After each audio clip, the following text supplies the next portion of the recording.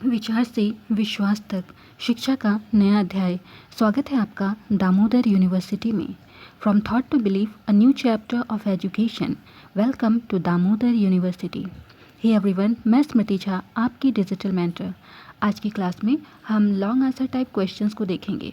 तो आइए देखें हमारा फर्स्ट क्वेश्चन क्या कहता है।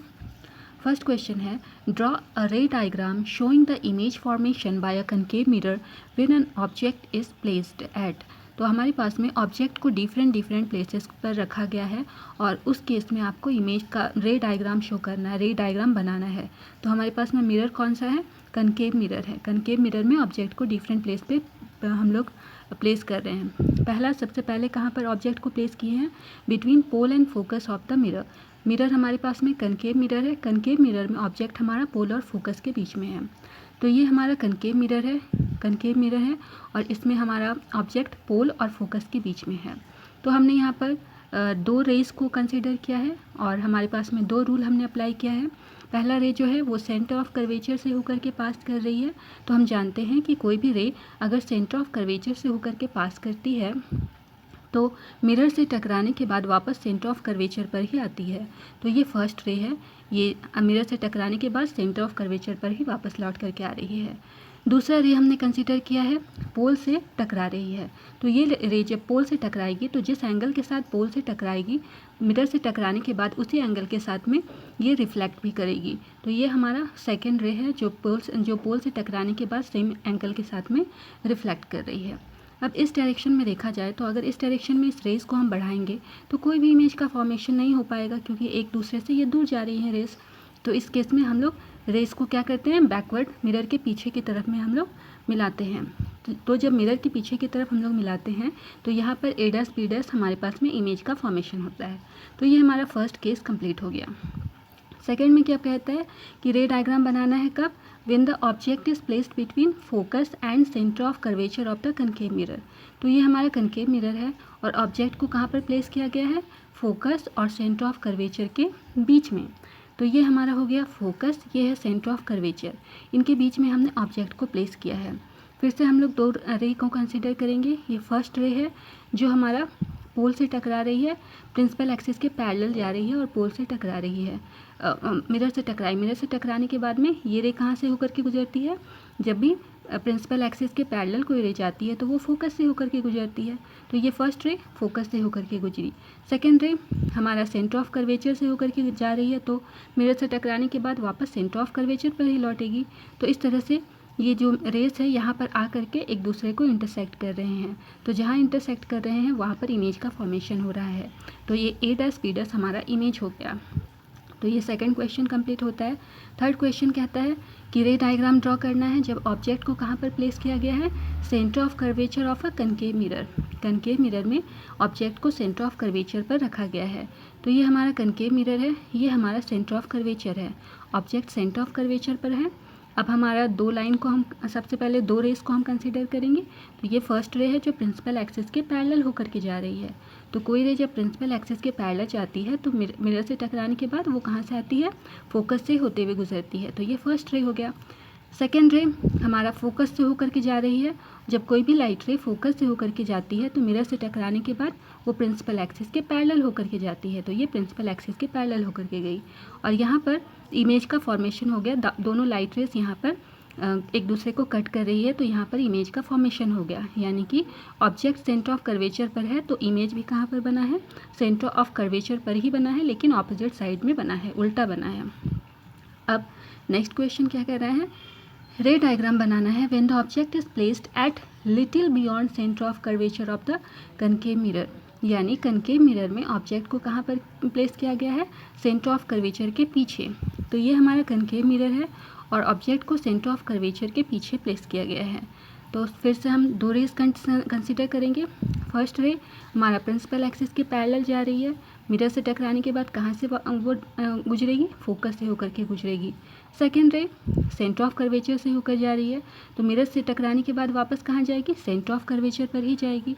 तो ये दोनों लाइट रेस कहाँ पर मिल रही हैं? इस जगह पर एक दूसरे को काट रही हैं। तो यहाँ पर इमेज का फॉर्मेशन हो गया।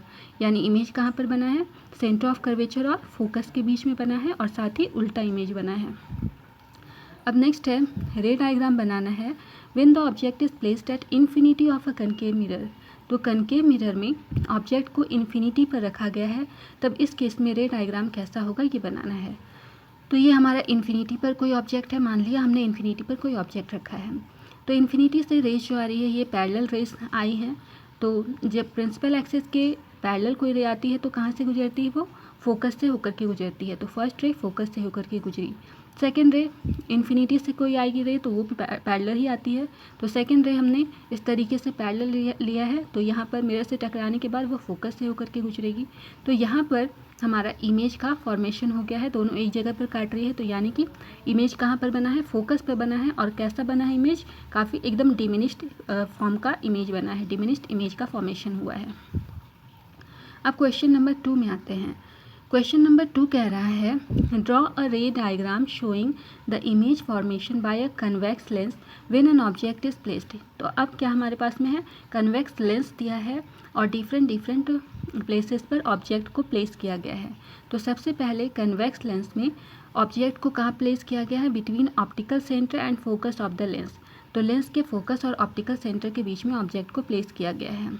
तो ये हमारा लेंस है। कौन सा लेंस है हमारे पास में दिया हुआ क्वेश्चन में, कन्वेक्स लेंस। तो ये हमारा कन्वेक्स लेंस है। कन्वेक्स लेंस में ऑब्जेक्ट को हमने कहाँ पर प्लेस किया है, बिटवीन ऑप्टिकल सेंटर, ये ऑप्टिकल सेंटर हो गया, और ये हो गया फोकस। तो हमारा ऑप्टिकल सेंटर और फोकस के बीच में हमने ऑब्जेक्ट रखा है, ये ए बी हमारा ऑब्जेक्ट है। तो यहाँ पर रे डायग्राम हम लोग फिर से बना रहे हैं, 2 रेस कंसिडर करेंगे। पहला है प्रिंसिपल एक्सिस के पैरेलल गई, तो प्रिंसिपल एक्सिस के पैरेलल जा रही है, तो हमारा लेंस से टकराने के बाद में फोकस से होकर के ये गुजर रही है। दूसरा रे हमारा ऑप्टिकल सेंटर से गुजर रही है, ऑप्टिकल सेंटर से जा रही है, तो मिरर से टकराने के लेंस से टकराने के बाद वापस कहाँ जाएगी, सेंटर ऑफ कर्वेचर पर ही जाएगी। तो अब इस डायरेक्शन में रेस तो एक दूसरे से दूर जा रही है, इस डायरेक्शन में तो इमेज का फॉर्मेशन नहीं होगा, तो हम लोग इस डायरेक्शन में इमेज का फॉर्मेशन करेंगे। तो यहाँ पर इमेज आपका रेस जो है यहाँ पर मिलती हुई दिखाई दे रही है, तो यहाँ पर हमारा इमेज का फॉर्मेशन होगा। ये ए डैश बी डैश हमारा इमेज है, कहाँ बन रहा है, ए डैश बी डैश इमेज हमारा बियॉन्ड हमारा 2f1 के बीच में, बियॉन्ड 2f1 हमारा इमेज का फॉर्मेशन हो रहा है। नेक्स्ट है ऑब्जेक्ट को कहाँ पर प्लेस किया गया है, object is placed between focus and twice the focal length of the lens. तो हमारा लेंस में हमारा कहाँ पर प्लेस किया गया है, फोकस, ये हमारा फोकस है, और ट्वाइस ऑफ फोकल लेंथ यानी 2f2 के f1 और 2f1 के बीच में हमारा ऑब्जेक्ट को रखा गया है। तो ये हमारा ऑब्जेक्ट है। 2 रेस हमेशा की तरह, 2 रेस, पहली रे आपका प्रिंसिपल एक्सिस के पैरेलल जा रही है, तो ये फोकस से होकर गुजरेगी। दूसरी रे आपका ऑप्टिकल सेंटर से होकर के जा रही है, तो टकराने के बाद में वापस ऑप्टिकल सेंटर पर ही जाएगी। और तो यहाँ पर इमेज का फॉर्मेशन यहाँ पर हो रहा है, तो ये हमारा इस लेंस का इमेज का फॉर्मेशन हो रहा है, बियॉन्ड 2f2 इमेज का फॉर्मेशन हुआ है। अगला है रे डायग्राम बनाना है when the object is placed at twice the focal length of lens. तो ट्वाइस यानी 2f1 के पे आपका ऑब्जेक्ट रखा हुआ है। तो ये हमारा लेंस हो गया, ये 2f1 पर हमारा ऑब्जेक्ट प्लेस किया गया है। तो हमेशा की तरह 2 रेस हमने कंसिडर किया है। पहला रे प्रिंसिपल एक्सिस के पैरेलल गया है, तो ये लेंस से जब पास होगी तो ये हमारा 2f2 हमारा f2 से होकर के पास होगी।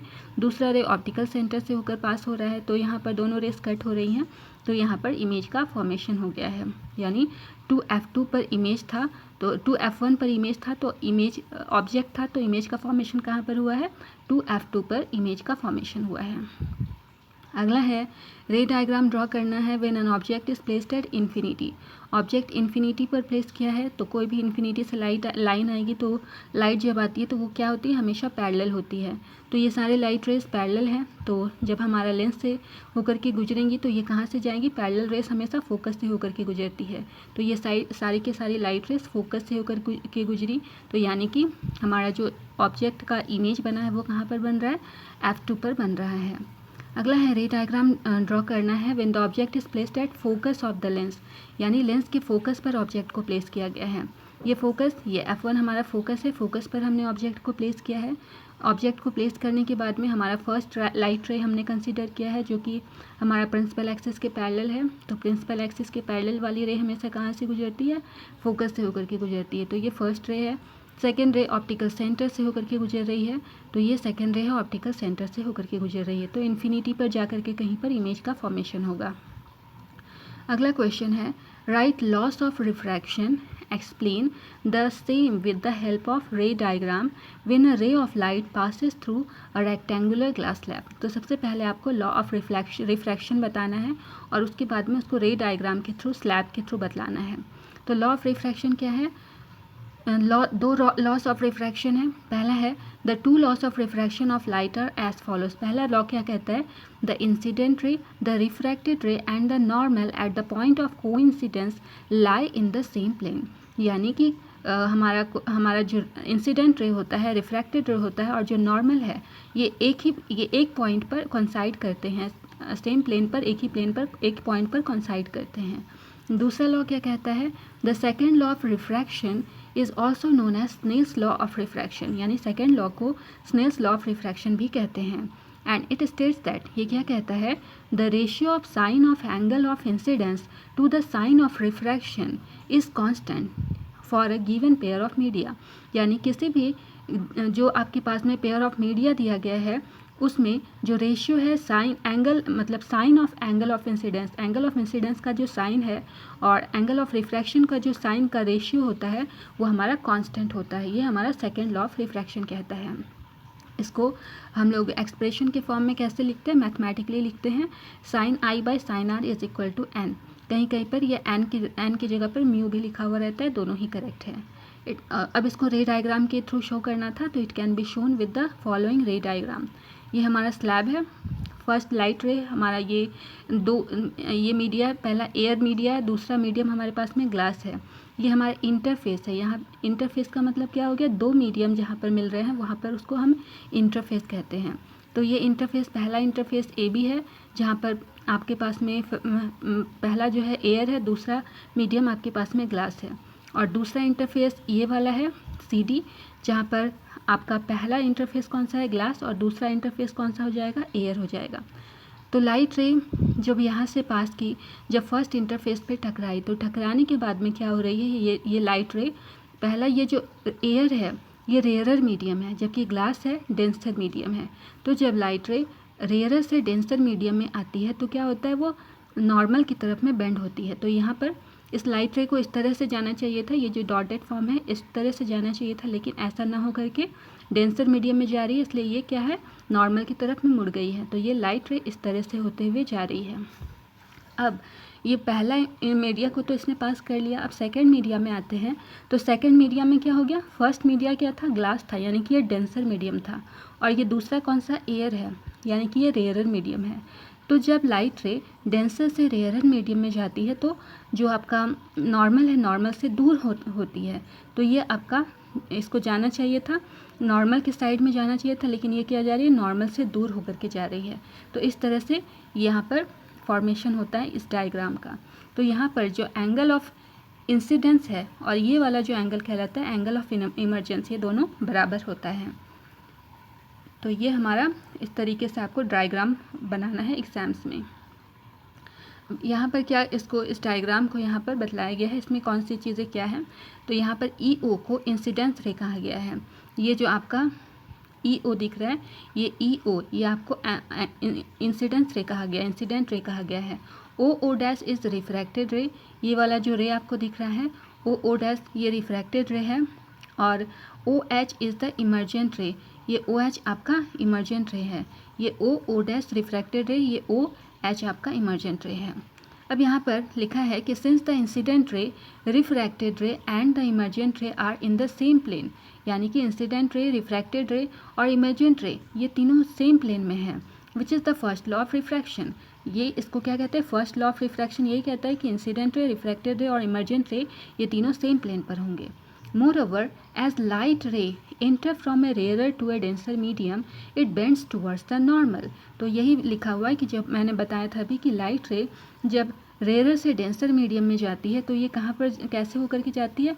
नॉर्मल की तरफ में वो मुड़ जाती है। And when it comes out from a glass to air, और जब ये ग्लास से एयर की तरफ में वापस आती है तो क्या होता है? It bends away from normal, यानी कि ये नॉर्मल से दूर जाती है।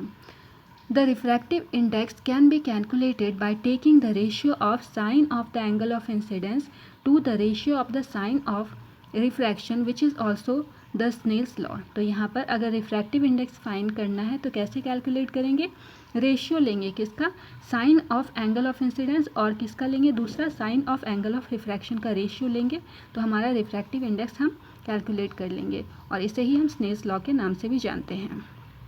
क्वेश्चन नंबर 4 में आते हैं। ये लिखता है ड्रॉ अ रे diagram showing the image formation by a concave lens when an object is placed. तो कनकेव लेंस में इस बार रे डायग्राम फॉर्म करना है, जबकि ऑब्जेक्ट कहाँ पर है, फोकस पे, सबसे पहला है लेंस के फोकस पर है। तो ये हमारा कनकेव लेंस है जहाँ पर ऑब्जेक्ट हमारा कहाँ पर है, ऑब्जेक्ट है फोकस पर, लेंस के फोकस पर ऑब्जेक्ट को प्लेस किया गया है। तो कुछ इस तरह का डायग्राम आपका बनेगा। सेकंड में क्या कह रहा है कि द रे diagram when the object is placed between focus and twice the length of focus length, यानी कि ऑब्जेक्ट आपका कहाँ पर प्लेस किया है, फोकस और ट्वाइस द फोकल लेंथ, ये फोकस है और 2f1 और 2f1 के बीच में ऑब्जेक्ट को प्लेस किया गया है। तो यहाँ पर भी इमेज कहाँ पर बनेगा, बिटवीन O एंड F1 के बीच में आपका इमेज का फॉर्मेशन बनेगा। ये दोनों रे हैं, जैसे हमेशा की तरह दो रेस हैं, पहला प्रिंसिपल एक्सिस के पैरेलल है और दूसरा ऑप्टिकल सेंटर से होकर के जा रही है। तो ये हमारा इस तरह से इमेज का फॉर्मेशन हो गया और इस लेंस में आपका क्या होता है, लाइट रेस यहाँ पर डाइवर्ज करती हैं। अगला है रे डायग्राम बनाना है when the object is beyond twice the focal length of a concave mirror. तो beyond twice the focal length, तो ऑब्जेक्ट को 2f1 के पीछे कहीं पर रखा गया है। तो इस केस में लाइट रेस कहाँ से आती हुई दिखाई देंगी, पैरेलल लाइट रेस आपको दिखाई देंगी। तो पैरेलल लाइट रेस जब मिरर से टकराती है, लेंस से टकराती है, तो कहाँ जाती है, फोकस से होकर के गुजरती हुई दिखाई पड़ती है। तो ये फोकस पर मीट करती है, तो यहाँ पर इमेज का फॉर्मेशन हुआ। क्वेश्चन नंबर 5 कह रहा है ड्रॉ अ रे diagram showing the image formation by a convex mirror when an object is placed. यानी आपके पास में एक कन्वेक्स मिरर है जहाँ पर ऑब्जेक्ट को सबसे पहले इन्फिनिटी पर रखा गया है, तो रे डायग्राम शो करना है। तो ये आपके पास में ये एक कन्वेक्स मिरर है और यहाँ पर ऑब्जेक्ट को इन्फिनिटी पर प्लेस किया गया है, ये ऑब्जेक्ट इन्फिनिटी पर है। तो इन्फिनिटी पर से जो भी लाइंस आती है वो पैरेलल लाइंस आती हैं। तो ये पैरेलल लाइंस आपके पास में दो पैरेलल लाइंस हैं, मिरर से टकराने के बाद में ये रिफ्लेक्ट हो जा रही हैं, इनका रिफ्लेक्शन हो रहा है। तो इस डायरेक्शन में तो ये मिलेंगी नहीं, तो इसको मिरर के बैकवर्ड डायरेक्शन में हम मिलाते हैं। तो कहाँ पर मिल रही है, ये फोकस पर मिल रही है। तो इस तरह से इसका इमेज का फॉर्मेशन कहाँ पर हो रहा है, फोकस पर इमेज का फॉर्मेशन हो रहा है और इमेज डिमिनिश्ड साइज का है। अगला है कि ऑब्जेक्ट को कहाँ पर प्लेस किया गया है, at finite distance from the mirror, mirror से फाइनाइट डिस्टेंस पर प्लेस किया गया है। तो ये हमारे पास में कन्वेक्स मिरर है और ऑब्जेक्ट को यहाँ पर फाइनाइट डिस्टेंस पर प्लेस किया गया है। तो दो रेस आपके पास में है, पहला रे जो है प्रिंसिपल एक्सिस के पैरेलल होते हुए जा रही है, तो ये मिरर से टकराने के बाद में रिफ्लेक्ट हो गई। दूसरी लाइट रे आपका सेंटर ऑफ कर्वेचर से होकर के जा रही है। तो अब इसको बैकवर्ड डायरेक्शन में जब यहाँ पर ये दोनों रेस एक दूसरे को कट कर रही है, तो यहाँ पर इमेज का फॉर्मेशन हो रहा है। तो ये आपका ऑब्जेक्ट का इमेज है A dash B dash. Question number 6 कह रहा है the image of a candle flame formed by a lens is obtained on a screen placed on the other side of the lens. तो यहाँ पर image candle का आपका बन रहा है, कहाँ पर, स्क्रीन से प्लेस किया गया है उसको, कुछ मतलब एक इमेज का, the image of a candle is candle flame formed by a lens is obtained on a screen placed on the other side of the lens। यानी लेंस के दूसरे साइड में इमेज का फॉर्मेशन, एक कैंडल का flame है उसका image का फॉर्मेशन हो रहा है। If the image is 3 times the size of the flame, तो image is 3 times the size of the flame, तो इमेज का साइज़ यहाँ पर दिया गया है। तो इमेज का साइज़ दिया है, यानी कि आपके पास में मैग्नीफिकेशन दिया हुआ है इमेज का। तो मैग्नीफिकेशन आपका कितना है, 3 times दिया हुआ है साइज ऑफ फ्लेम, यानी मैग्नीफिकेशन आपका दिया हुआ है 3। तो यहाँ पर मैग्नीफिकेशन हमने 3 लिखा है। Distance between the lens and the image is 80 centimetre. तो इमेज का डिस्टेंस आपका दिया हुआ है 80 सेंटीमीटर। तो इमेज का डिस्टेंस हमने लिखा है 80 सेंटीमीटर और उसके बाद में लिखा है at what distance should the candle be placed from the lens, यानी कि आपके पास में यू निकालना है और कितने डिस्टेंस पर कैंडल को प्लेस किया गया ये निकालना है। What is the nature of the image at a distance of 80 centimetre of the lens and the lens. तो ये नेचर निकालना है इमेज का, और आपके साथ में यू निकालना है। तो यहाँ पर मैग्नीफिकेशन 3 है, डिस्टेंस ऑफ इमेज हमारा 80 सेंटीमीटर है। अब मैग्नीफिकेशन के लिए फॉर्मूला क्या होता है, भी बाई यू। तो मैग्नीफिकेशन हमारे पास में 3 दिया हुआ है, भी हमारे पास में 80 सेंटीमीटर दिया है, और यू हमें फाइंड करना है। तो ये सिंपली हो जाएगा 80/3, तो यू की वैल्यू आ जाएगी, कैंसिल आउट करेंगे तो ये यू की वैल्यू आएगी 26.67 सेंटीमीटर। ये वैल्यू यहाँ पर पॉजिटिव में है, ये गलती से -80 है। आगे लिखा है ऑब्जेक्ट जो बना है वो कितना डिस्टेंस पे बना है, ऑब्जेक्ट कहाँ पर है, 26.67 सेंटीमीटर के डिस्टेंस पर लेंस से इतनी दूरी पर रखा हुआ है। अब नेचर कैसा है इमेज का, इमेज कैसा बन रहा है, वर्चुअल, इरेक्ट और larger than the size of object size. तो ऑब्जेक्ट का साइज़ कितना आपके पास में, ऑब्जेक्ट के साइज से बहुत बड़ा इमेज का फॉर्मेशन हो रहा है। अब यहाँ पर हम लोग लेंस का फॉर्मूला अप्लाई करेंगे, तो 1/f is equal to 1/b minus 1/u होता है। तो हम सिंपली 1/f फाइंड करना है, f हमें फाइंड करना है, b और u हमने फाइंड कर लिया है।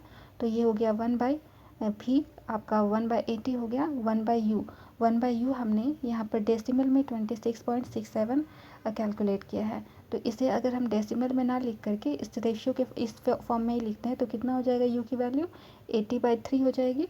तो वही 80/3 अगर 1/80/3 लिखेंगे तो उसी को रेसिप्रोकेट कर देंगे तो कितना हो जाएगा 3/80। तो ये हो गई आपकी वैल्यू। अब इनको हमें सिंपली कैलकुलेट करना है, तो 1/f इज इक्वल टू इसका एलसीएम कितना होगा 80 हो जाएगा, और ये हो जाएगा 1 + 3, तो ये हो गया 4/80। अब यहाँ से f को इसको जस्ट उल्टा लिखेंगे, 80/4 हो जाएगा, कैंसिल आउट करेंगे तो f की वैल्यू कितनी आ जाएगी 20 सेंटीमीटर। तो फोकल लेंथ लेंस का कितना हो गया, ये जो फोकल लेंथ है ये पॉजिटिव में आया है, इसीलिए ये लेंस कौन सा है आपके पास में, ये लेंस हो गया आपका convex lens. Now question number 7 क्या कह रहा है, size of image of an object by a mirror having a focal length of 20 centimetre is observe to be reduce to 1/3 of the size. यानी image size of image of an object, यानी कि कोई object है उसका image का size दिया हुआ है, इसका फोकल लेंथ दिया हुआ है साथ में 20 सेंटीमीटर, और देखा गया कि जो इमेज का साइज़ है वो रिड्यूस हो जा रहा है 1/3 के फॉर्म में रिड्यूस हो जा रहा है। तो at what distance the object has been placed from the mirror. तो ऑब्जेक्ट का डिस्टेंस यानी यू आपको फाइंड करना है। What is the nature of the image of the mirror, और साथ में आपको मिरर के जो इमेज बन रहा है उसका नेचर भी फाइंड करना है। तो फोकल लेंथ कितना दिया हुआ है क्वेश्चन में 20 सेंटीमीटर, तो ये 20 सेंटीमीटर हो गया है, और हाइट जो दिया हुआ है वो कितना है, मतलब height of image by height of object आपके पास में दिया है, कितना हो जा रहा है 1/3 हो जा रहा है। तो HI/HO कितना हो गया 1/3 हो गया है। तो अब मिरर आपके पास में कनकेव मिरर में दिया हुआ है, तो फोकल लेंथ कनकेव मिरर है इसलिए फोकल लेंथ कितना कैसे लिखेंगे, माइनस में लिखेंगे। तो मैग्नीफिकेशन के लिए फॉर्मूला क्या होता है, -b/u, और दूसरा क्या होता है HI/HO। तो मैग्नीफिकेशन के लिए फॉर्मूला हो गया -b/u, और इसके लिए दूसरा आपके पास में है HI/HO। मैग्नीफिकेशन की वैल्यू क्वेश्चन में दी गई है 1/3 दी हुई है क्वेश्चन में। तो अब हमें इसको कैलकुलेट करना है, तो u हमारे पास में दिया हुआ है क्वेश्चन में, यहाँ से u कितना निकलेगा 3v निकल जाएगा, u इज इक्वल टू ये क्रॉस मल्टीप्लिकेशन हम करेंगे तो u हमारा हो जाएगा 3v निकल जाएगा, और v कितना निकल जाएगा, v निकल जाएगा u/3। तो यहाँ पर वही लिखा है v is equal to u/3। तो अब मिरर फार्मूला हम यहाँ पर अप्लाई करेंगे। मिरर फार्मूला होता है 1/f is equal to 1/v plus 1/u। 1/f 1/20 है, और 1/v हमारा हमने अभी कैलकुलेट किया है -3/u, और 1/u हमने लिखा है। अब इसका सिंपली हम एलसीएम लेंगे यहाँ पर, तो ये हो जाएगा, एलसीएम लेने के बाद में u हो गया, और ये हो जाएगा -3 + 2 या +1, और इसको माइनस करेंगे तो ये हो जाएगा -2, क्योंकि 3 बड़ा है। तो यहाँ पर ये वैल्यू आ गया। अब यहाँ से u हम सिंपली कैलकुलेट करेंगे तो u कितना हो जाएगा, क्रॉस मल्टीप्लाई करेंगे तो u इज इक्वल टू हो जाएगा -40 सेंटीमीटर। तो इस तरह से u की वैल्यू -40 सेंटीमीटर आ गई। अब सिंपली हम इस u की वैल्यू को पुट कर देंगे, हमने वैल्यू फाइंड किया था तो ये u की वैल्यू हमने लिख दी है, v की वैल्यू हम यहाँ पर पुट करेंगे तो ये v हो जाएगा, कितना हो जाएगा u/3 हमने v की value v is equal to u/3 हमने कैलकुलेट किया था ना, v is equal to u/3 होता है, u/3 यहाँ से कैलकुलेट किया था, तो सिंपली u की वैल्यू पुट करेंगे, u की वैल्यू अपने पुट की है 40 सेंटीमीटर, तो ये हो गया 40/3 आ गया। तो इमेज कैसा बना यहाँ पर वर्चुअल, इरेक्ट और डिमिनिश्ड साइज का इमेज का फॉर्मेशन हुआ है। और मिरर आपका कैसा है, कनकेव मिरर है। क्वेश्चन नंबर 8 कह रहा है define power of a lens, what is its unit. सबसे पहले पावर को डिफाइन करना है और उसका यूनिट क्या होता है ये बताना है। तो पावर क्या होता है, power is defined as the degree of divergence of a convergence achieved by the lens and it is reciprocal to the focal length. तो पावर फोकल लेंथ का रेसिप्रोकल होता है और इसको सिंपली डिफाइन किया जाता है कितना डिग्री में डाइवर्ज कर रहा है या फिर कन्वर्ज कर रहा है। कोई भी लेंस कितना पावर से, कितना डिग्री से वो डाइवर्ज कर रहा है या फिर कन्वर्ज कर रहा है, इसे पावर कहा जाता है। और दूसरा क्या है, यूनिट पावर का लिखना है। तो पावर का यूनिट कितना होता है, डायोप्टर होता है। अब आगे क्वेश्चन पढ़ते हैं। लिखा है one student usage a lens of focal length 50 centimetre and another of -50 centimetre. एक स्टूडेंट है जो कि लेंस का यूज़ कर रहा है, पहला का फोकल लेंथ है 50 सेंटीमीटर और दूसरा स्टूडेंट जो है वो -50 सेंटीमीटर का लेंस का यूज़ कर रहा है। What is the nature of the lens and it's power used in each of them. तो कौन सा लेंस यूज कर रहा है ये बताना है और पावर भी आपको फाइंड करना है। तो फोकल लेंथ आपके पास में पहला दिया है 50 सेंटीमीटर और फोकल लेंथ हमेशा पावर जब निकालते हैं तो मीटर में लेते हैं। तो फोकल लेंथ इसको हम सेंटीमीटर से मीटर में कन्वर्ट करेंगे तो ये हो जाएगा 0.5 मीटर। ना पावर इज इक्वल टू होता है 1 बाई फोकल लेंथ, तो ये हो गया 1 बाई 0.5 सेंटीमीटर। तो यहाँ पर से पावर हमारे पास में कितना निकला है, +2 डायोप्टर निकल गया है। तो यहाँ पर प्लस में निकला है यानी कि हमारे पास में लेंस कौन सा है, कन्वेक्स लेंस है। दूसरा में फोकल लेंथ आपके पास में -50 सेंटीमीटर है। अब फोकल लेंथ मीटर में होता है इसलिए हम इसको मीटर में कन्वर्ट करेंगे तो ये हो जाएगा -0.5 मीटर। तो अब पावर इज इक्वल टू क्या होता है 1 by focal length, 1 by f is equal to 1 by f की वैल्यू पुट करेंगे तो ये हो जाएगा -2d। तो यहाँ पर लेंस कौन सा हो जाएगा, कनकेव लेंस। क्वेश्चन नंबर 9 कह रहा है a student focused the image of a candle flame on a white screen using a convex lens. He noted down the position of the candle screen and the lens as under position of candle 12 centimeter. Position of convex lens is equal to 50 centimeter. Position of the screen is equal to 88 centimeter.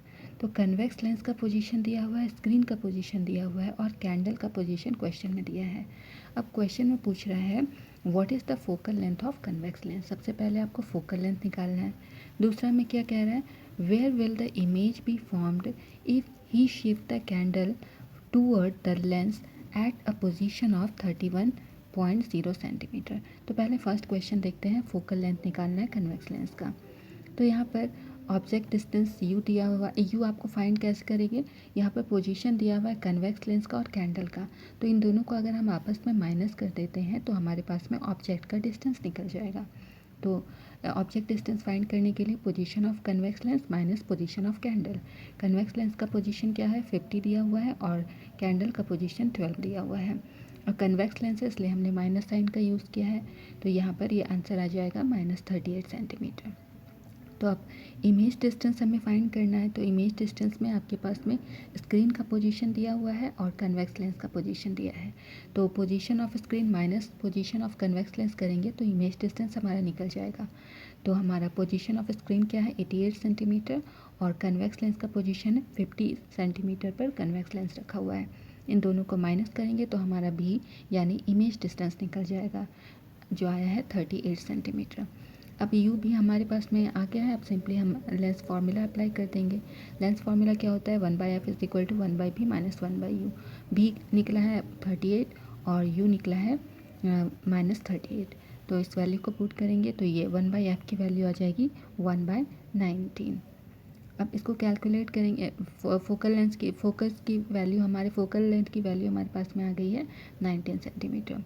Question number 1 solve होता है। अब question number 2 में कहता है when the candle is shifted towards the lens at a position of 31 centimetre. तो यहाँ पर candle को शिफ्ट कर दिया गया है लेंस की तरफ में।